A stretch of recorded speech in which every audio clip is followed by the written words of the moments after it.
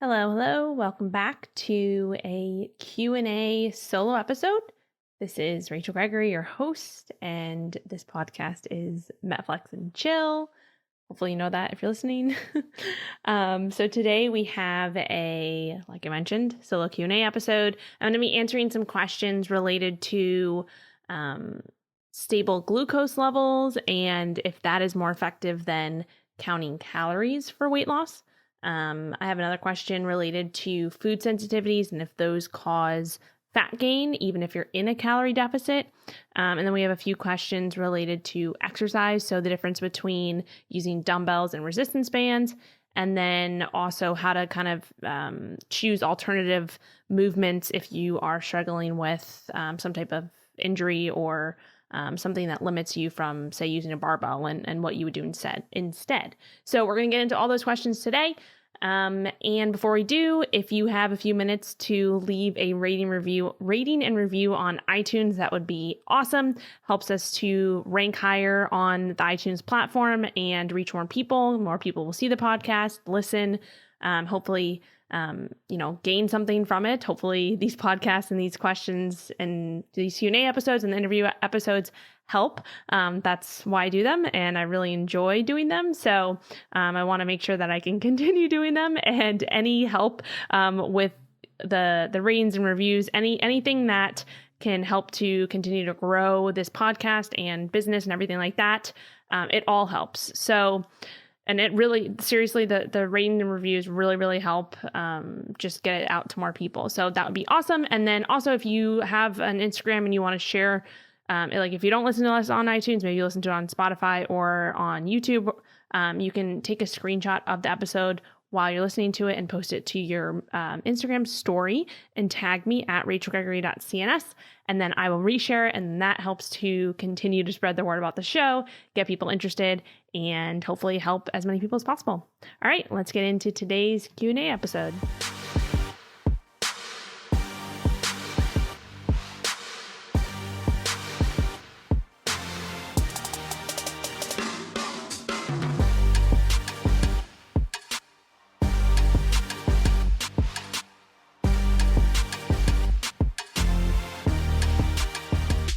All right, first question today. I am wearing a CGM or continuous glucose monitor. Is keeping stable glucose more effective than calorie counting for weight loss? Okay, so this is something that I feel like is a little bit confusing, especially in like the keto low carb space, when we hear people talk about continuous glucose monitors and keeping, your glucose low and your insulin low and all of that. I actually did record an episode all about monitoring your glucose on a continuous basis using CGMs. So I'll link that in the show notes. It was with NutriSense, which is a CGM company.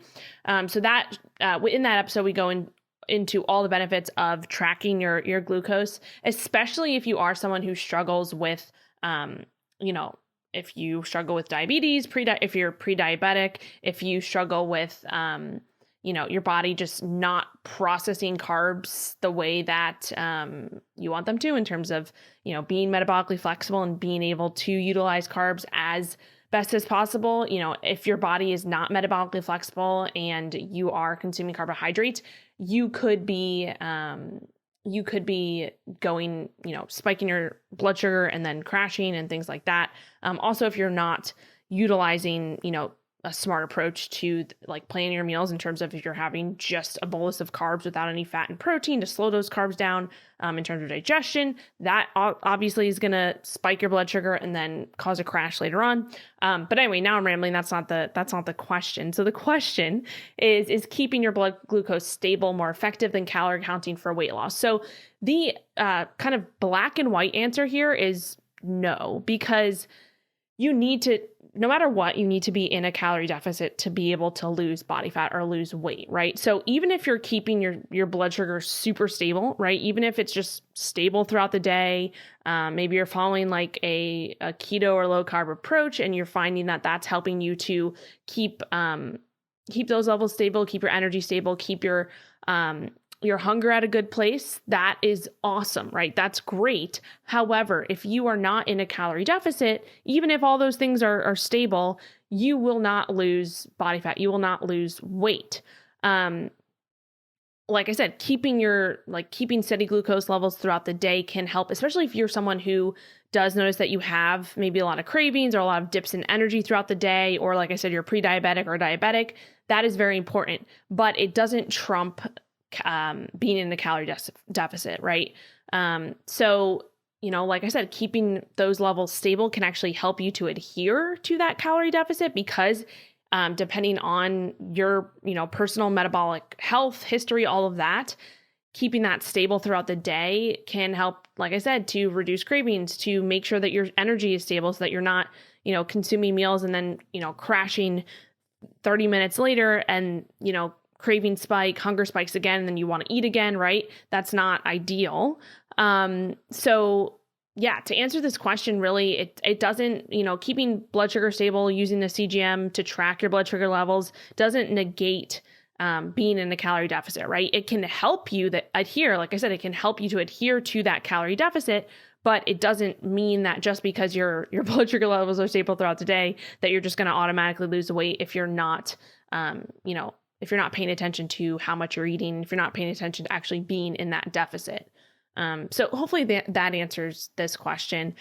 There are different reasons to use a continuous glucose monitor that are, like even outside of weight loss. There's a lot of reasons to do that and to monitor that, especially if you're someone, like I said, who has struggled with this in the past, who has struggled with maybe you tested your fasting glucose levels with just like a regular monitor, not a continuous one, and you notice that your levels have been elevated for a while, or consistently elevated, and you want to try out using the CGM for a while to kind of see how your body reacts, day to day, how it reacts to certain foods that you're consuming, to kind of, figure that out. And then also realize too that like your blood sugar and your glucose, like your blood sugar levels can spike regardless of food. Like if you are sitting in traffic and you're just getting really heated and you're anxious, or if you're, driving and someone cuts you off, like it's crazy. If you're wearing a CGM, it's crazy to see that you can actually spike your blood sugar to a really, really high degree just due to stress. And it even happens with exercise, right? You can go, do an exercise session, even if especially if it's a high intensity exercise session, spike your blood sugar, spike your blood glucose, same thing, blood sugar, blood glucose, because of that stimulus, because of that exercise session. So there's, it's not just food that does this. So it's really understanding that as well. But yeah, definitely go back and listen to that episode. I will link it in the show notes. It's all about continuous glucose monitors. It is kind of a newer technology that's becoming more accessible to more people. It used to only be accessible to people who had diabetes. And now we have companies that are like Nutrisense that are coming out with these continuous glucose monitors that are, for the general public to kind of see how, like, what their levels are doing throughout the day. Yeah, so check out that episode if you're interested. Hopefully that answered your question and gave a little bit of insight into that. All right, next question. Can you explain how eating foods that you are sensitive to causes fat gain, even if you're in a calorie deficit? Okay, so this kind of piggybacks off my last answer, but it actually doesn't. So if you are truly in a calorie deficit, you won't be gaining fat, right? Because you're in a calorie deficit. You are literally, the definition of a calorie deficit is losing weight or losing body fat, right? Because you are burning more calories than you're consuming. That's the simple definition of being in a calorie deficit. You're expending or you're burning more calories than you're taking in, whether that's coming from solely your diet or coming from a combination of diet and energy output or exercise, cardio, whatever you want to call it. But if you're in a calorie deficit, truly in a calorie deficit, then you will be losing weight or losing fat. Hopefully that weight is coming from body fat. That's a whole other rabbit hole. But if you do, like, if you eat foods that you're sensitive to, right? Foods that may cause bloating for you or cause you to retain water or maybe they cause like impaired digestion. So you struggle with, going to the bathroom. Maybe they're causing some inflammation. That may, cause you to feel like you're not making progress, even if you are in a calorie deficit. And the reason for this is that it just kind of masks your results, right? Or it makes it just harder for you to see the results that are occurring mostly in the short term, right? So if you, like, for example, if the scale is stalling, even for a few weeks on end, or you're just noticing like huge fluctuations in the scale and you are tracking like your weekly average, which I do recommend, but you're seeing these kind of huge fluctuations, it could be because your body is maybe retaining some water or you're having some digestive issues with the foods that you're consuming. So it's kind of masking your results through those scale fluctuations, and it's kind of making it hard to see those changes in the short term.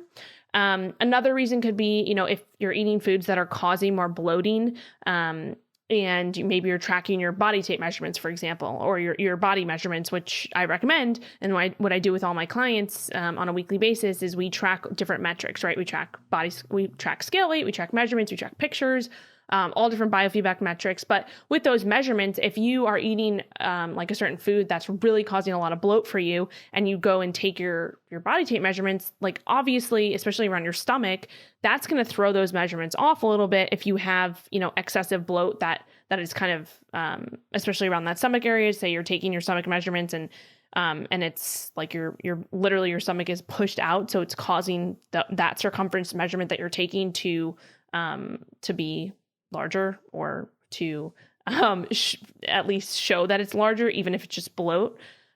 So that's one thing too. And that's why, and then another thing actually, before I get into kind of the metrics that you're tracking, but also like if you are like, say you're in a fat loss phase, you're on a diet, and, you're taking pictures, every other week, or you're, looking at yourself in the mirror and you're like, oh my gosh, like I'm doing the work, I'm in the deficit. I know that I've been tracking my calories and my macros accurately and consistently, and I just don't feel like I'm making any progress. I'm looking in the mirror and I just don't see any changes. So the first thing is that the first thing with that is that we have a very different, a very strict perception of ourselves when we look in the mirror. So there's a lot of body dysmorphia that occurs, especially, if you are someone who is honestly, if you're in like the, kind of intrigued by the nutrition fitness space, and you've been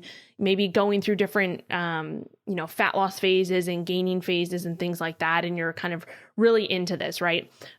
Like myself, there is a lot of body dysmorphia that goes on that a lot of people don't talk about. Even with myself, I struggle with this a lot, and I have a lot of clients that struggle with it. Like, we literally look in the mirror and we just don't see the changes that are actually happening.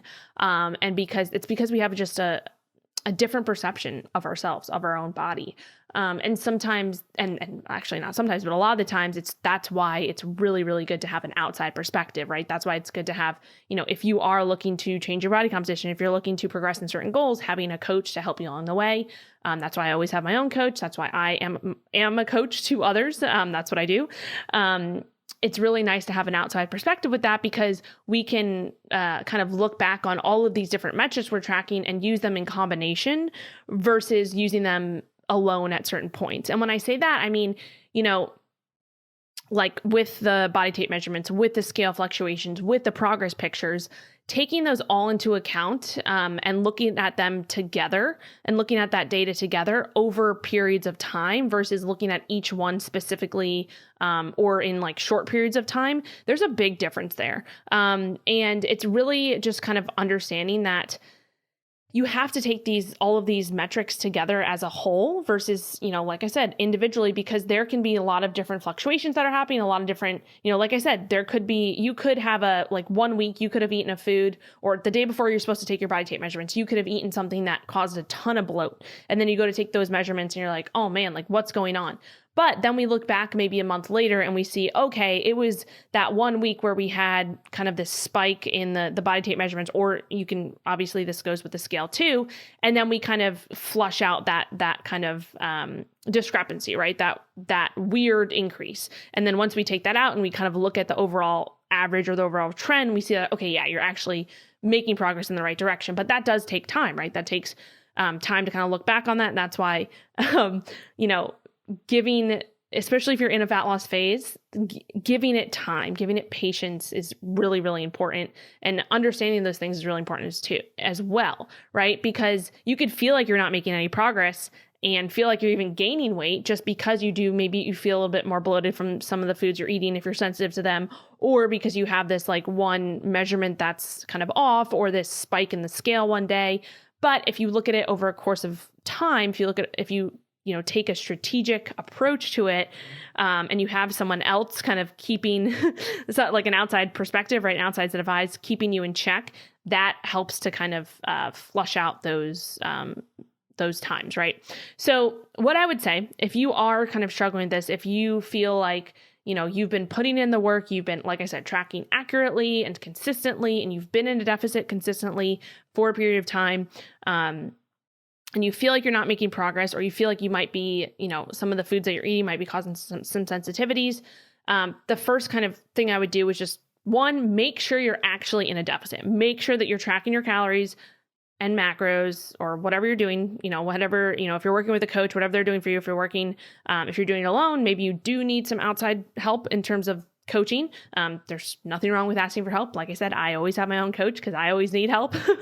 But there's nothing wrong with that. But you want to make sure that you're being consistent and accurate with that, so that we know that you're actually in a calorie deficit over a period of time, right? So it's not just like, being consistent and accurate during the week, and then you go out on the weekends and you just kind of don't track anything, or you're, drinking a bunch of alcohol and things like that. Like, that stuff adds up. So even if you're super, super on point during the week, and then on the weekends you kind of go off the rails a little bit, and you consistently do that week after week, you're just going to be spinning your wheels, right? Because you could be in a deficit during the week, and then that weekend could actually negate, that week's deficit. So you want to make sure that you're paying attention to these things, and that you're getting consistent with it, because if not, you're just going to be spinning your wheels and honestly just wasting your time. So just making sure you're actually in a deficit is the first thing. And then going back to what I said, tracking all different metrics, right? Not just looking at the scale, not just looking in the mirror, not just taking measurements, but doing them all together, right? Tracking your scale weight, tracking trends over time. So that means like weighing in maybe every other day, or at least 4 times a week under the same conditions each morning, and then putting that data into, an Excel sheet or whatever it may be, whatever allows you to track that, and then take the averages week to week. Not just looking at like one single scale measurement point in time, because that's not gonna help you. That's especially if it's like you go take a scale measurement the day after you eat, a food that you might be sensitive to, and it's causing digestive issues, or it's causing you to retain water or impair your digestion, so you can't go to the bathroom. So you have more, food content in your gut, which is causing the scale to jump. So anyway, there's lots of different things there, but just making sure that you're tracking all these different metrics together and looking at them kind of together. And then paying attention, obviously, if you think that a food if you think that a food is causing sensitivities, pay attention to that, right? What foods are causing issues for you? Do you need to maybe take an approach where you're eliminating some foods that you've had some issues with, or that are causing a lot of bloating or gas, and then maybe take those out for 2 weeks, and then reintroduce them to see if that was actually the case. You can go through maybe like, obviously elimination diet is kind of a whole protocol, but if if you're just paying attention and you're tracking what you're actually consuming, and then you're like, okay, example, looking back on a week, you're like, all right, I know, like just taking notes for the week, like having a food journal. Sometimes I do this with my clients. If we notice that we're having like some excess bloating or some digestion issues, we're like, all right, this week, whenever we, feel like that bloating is happening, or, gas or digestion issues, looking back and saying, okay, what did I just eat? What did I just eat in my meal before? And let's take a note of it. Let's take a note. Okay, I ate this, and, half hour later, I started having, a lot of gas or issues with digestion or whatever it may be. And then we do that for a whole week. And then we look back on those logs, or look back at those notes, and we say, all right, well, here's the variable that stays the same. Like throughout all of these times where you've noticed that your digestion has been off or bloating has occurred, maybe you ate, I don't know, raw broccoli in 3 of these meals. That's just an example. That actually is a common one to cause some bloating and gas. And so we're like, all right, well, let's stop doing that, right? Let's see if we take out the raw broccoli or take out the broccoli in general, replace it with something else, and see how that goes. And then you just kind of test and assess and go from there. And then having, obviously that data to look back on is really important. That's why, I always preach having data to look at, right? Not just trying to remember things, because you're not going to remember it. Even looking back on a week, it's going to be hard to remember exactly what you ate and exactly how you felt, after every single meal. So yeah, hopefully that helps a little bit. But the short answer, or the black and white answer for this question, is that, just because you're sensitive to certain foods, if you're in a calorie deficit, truly in a calorie deficit, that is not going to necessarily, it's not going to cause fat gain, one, and it actually might just be masking the results that you're making in the short term, or the results that you're getting. It might be masking that in the short term due to all the things I just talked about, the digestion issues, the bloating, maybe the water retention, the inflammation, all of those things that might be causing the metrics that they're using to track, like the scale, the measurements, pictures, things like that, to be a little bit off. And so sometimes that's why looking back at those after like months on end, like periods of months, is going to be more effective versus looking at it like every few days or even just a week. So yeah, there's a little bit of patience that has to occur there, but also there's things that you can just start to pay more attention to. So hopefully that helps. And if you are someone who's looking for more help, more guidance on this, I do offer one-on-one coaching. I have lots of online programs depending on your needs, what you're looking for, whether that's for nutrition, whether that's for exercise, or a combination of both, or if you're wanting one-on-one help. I do have a membership that is starting to ramp up. It's closed right now, but you can, I'll link everything in the show notes. You can go to my website, check that out. If you're interested in the membership group coaching, that will be opening up again in the future. So definitely get on the list for that. And yeah, if you're interested in one-on-one coaching, you can always apply on my website, metflexlife.com. Everything's there. And you can always feel free to reach out to me with any questions. All right, next question. Can you go over the difference between using dumbbells and resistance bands? For instance, if a band says it has 50 pounds of resistance, how does that compare to a 50-pound dumbbell?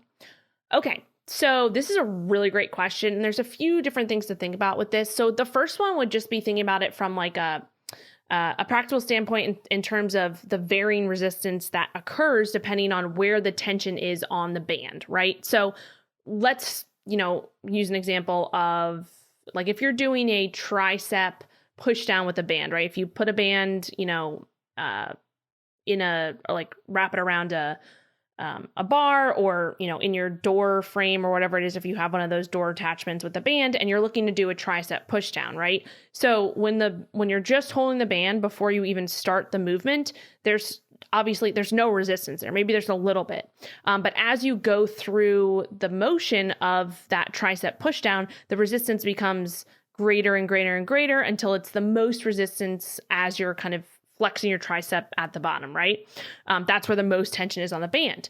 But how do you know like the pounds of resistance that is occurring throughout that movement, right? Throughout that range of motion, it's going to be varying, right? And so that gets us into what we call, resistance profiles, which I'll talk about in a second. But just from a practical standpoint, think about the resistance band having varying resistances throughout, the tension that you're putting on it. So if you go and pick up a resistance band from the floor, for example, depending on if you're standing on it like in the middle of the band or you're standing on the end of the band, it's going to have different resistances when you go pick it up, right? Versus when you go pick up a 50-pound dumbbell, that's going to be 50 pounds no matter what. So there's no, when you go to pick it up, there's no kind of room for different resistances, if that makes sense. So that's just something to think about. And sometimes you want to think about too, when a resistance band says it's labeled as a 50-pound resistance band, for example, or if it has a number of weight that the resistance band is, typically that's not accurate at all. and the reason why is what I just said, right? There's going to be varying resistances, depending on how much tension you have on that band, versus a 50-pound dumbbell is always going to weigh 50 pounds. Yes, we're going to get into this in a second. There'll be different resistance profiles that occur, throughout different exercises using that 50-pound dumbbell. But just if you think about it from a practical standpoint, a resistance band is going to be much more variable versus a 50-pound dumbbell, depending on where that resistance, like how much tension that band is under, right? The next thing is, like I mentioned, the resistance profile. So you might have heard this before. I think I've talked about it in the past. A resistance profile or resistance curve is also referred to it. You can use those terms in this interchangeably. So what is a resistance profile? So a resistance profile basically tells us where there is the most resistance within a particular exercise.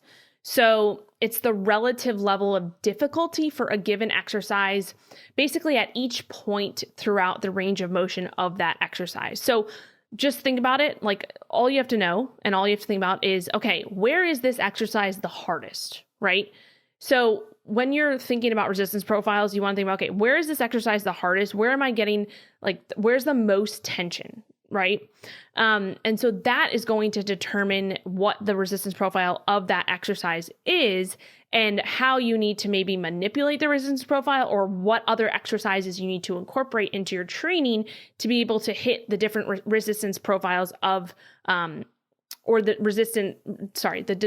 different, I can't talk anymore, the different resistance curves within that particular movement, or within that, or like I said, adding different movements so that you can hit the different muscle fibers that you're trying to hit within whatever muscle you're focusing on, right? So different exercises are going to have different resistance profiles, which in turn is going to challenge different areas of that muscle, and different areas of the muscle fibers, right? So the reason that this matters is because when you're, challenging a muscle at different lengths, it's going to provide different stimuli. So if you're looking to achieve as much muscle growth as possible, or achieve, the most efficient or optimal muscle growth, you want to challenge a muscle across its full active range of motion.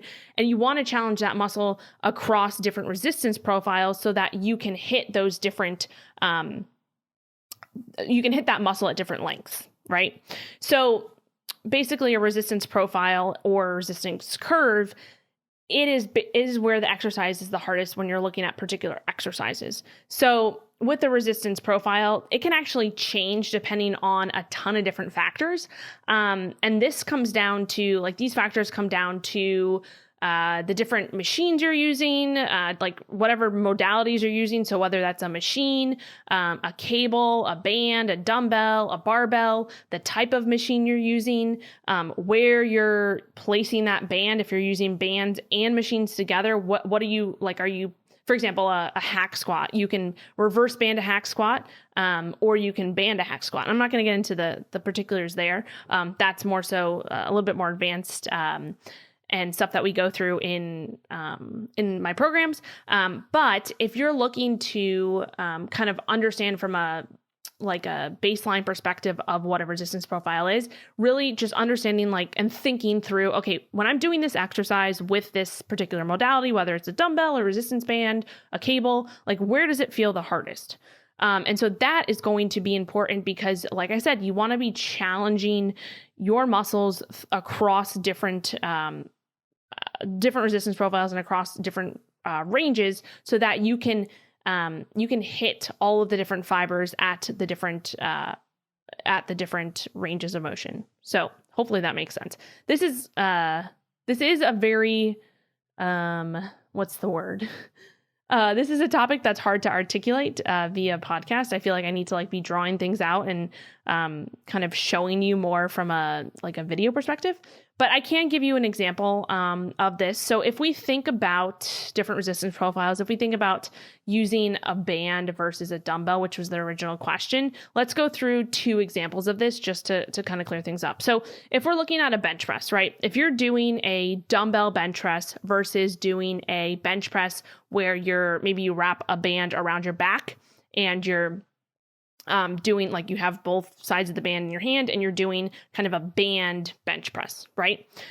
Or like a floor press, for example. So I actually have on my YouTube channel, I have an exercise library that has over 180 exercise videos. And on there, and I'll link that in the show notes, on there, if you go to there's different playlists for each muscle group. So there's a chest playlist. If you go there, you'll see a few different videos of me doing a dumbbell floor press and then also a dumbbell floor press with, dumbbell floor press and then a dumbbell banded floor press. Those are two different exercises that are challenging different resistance profiles. So just kind of going back to this, that's just if you want a visual of that. But if you're doing a dumbbell bench press, right? When you think about doing that, right, where is it the hardest? Where is that movement the hardest? When the dumbbells are like when you're just starting the movement at the bottom, or when the dumbbells are at the top at the end of the movement, right? So if you think about, doing a dumbbell bench press, doing a few reps, and you can even pause and do some, where is it the hardest? And the answer is it's hardest at the bottom, or when you're in that more lengthened position of that movement. And so that resistance profile is going to be hardest in the lengthened position versus, and that's going to be at the bottom of the movement, versus if you were to press those dumbbells up and hold them at the top, it's actually less challenging at the top than it is at the bottom. So that resistance profile of that dumbbell bench press is going to be more challenging in the lengthened position. Okay, let's flip that and let's do a bench press with a resistance band, right? You put that resistance band around your back, you kind of loop each side of the band through your hands, and you do a resistance band bench press, right? Okay, think about it. Where is that the hardest? Is it hardest at the bottom when you're just holding the band, or is it hardest at the top of the movement? So with the resistance band, there's going to be no tension occurring at the bottom because you literally have maybe you have a little bit of tension depending on how long the band is, but the tension is going to be the most at the top of the movement when you're squeezing at the top, right? So that resistance profile is going to be more in that mid to short range is where it's the hardest.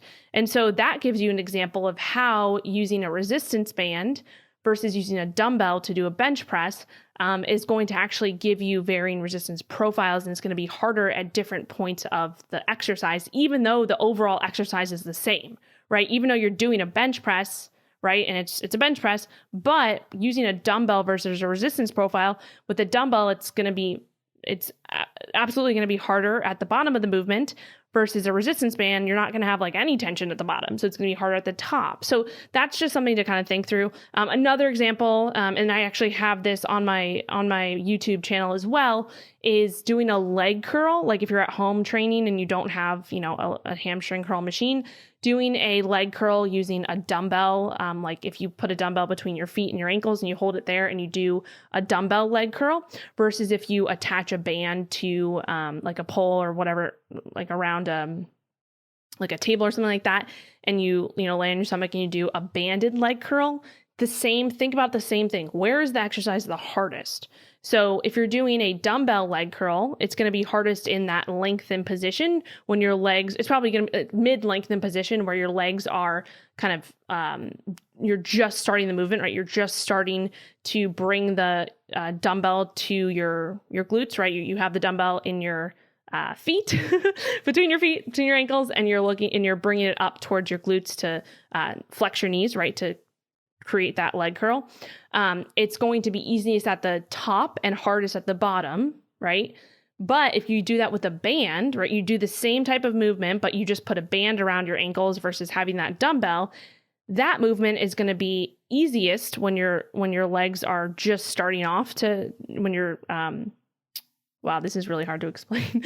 When you're bringing your feet up to your butt, right, to do that, to flex your knees, to do that leg curl. It's going to be easiest at the bottom and hardest at the top, or when you're like your ankle is touching your butt. It's going to be hardest there because that's where the most tension is on the band, and it's going to be like probably no tension at all when your legs are straight and you're just starting off the movement, versus it was the opposite with the dumbbell, right? So I know that's a little bit confusing, but if you go to my YouTube channel and you look at those two exercises, I believe I have an exercise. I have it up there of me doing it with just a dumbbell. And then I also have it with me doing it with a dumbbell and a band to actually create a better resistance profile. When you add the band plus the dumbbell, it creates tension throughout that full range. That's the reason why I did that versus just a band or just a dumbbell.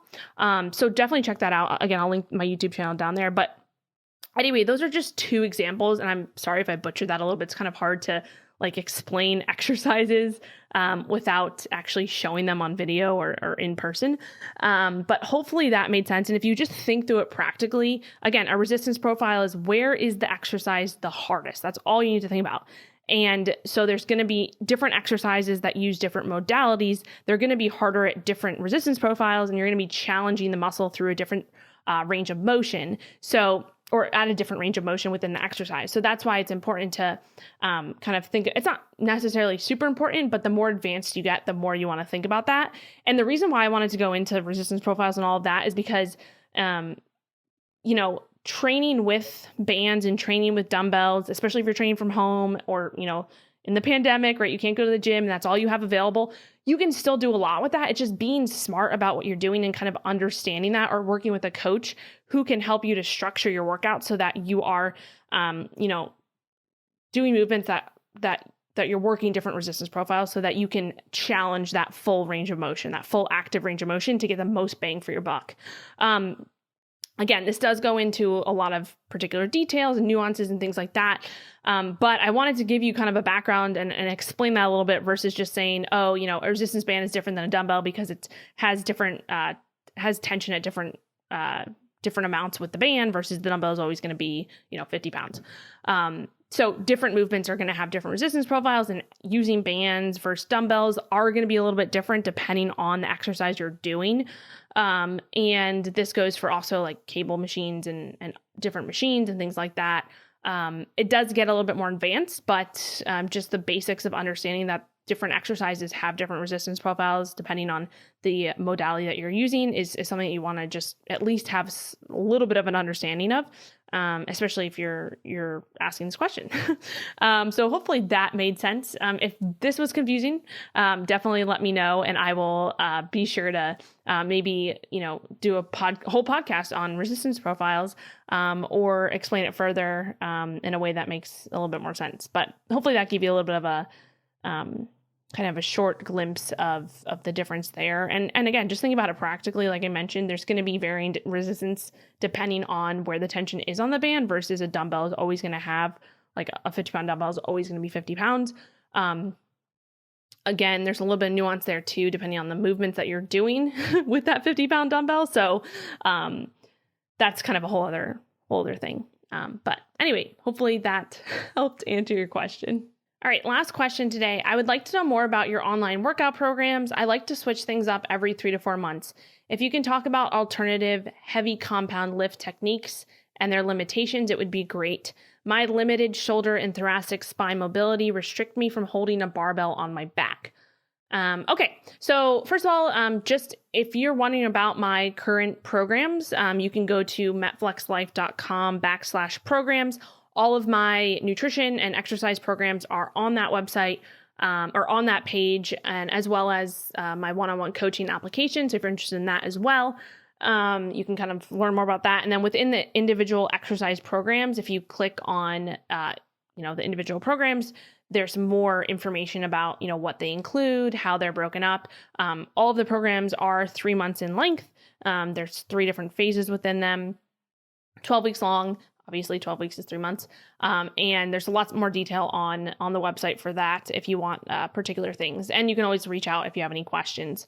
But in terms of, so you mentioned I like to switch things up every 3 to 4 months. So that works out perfectly. The programs are 3 months in the length.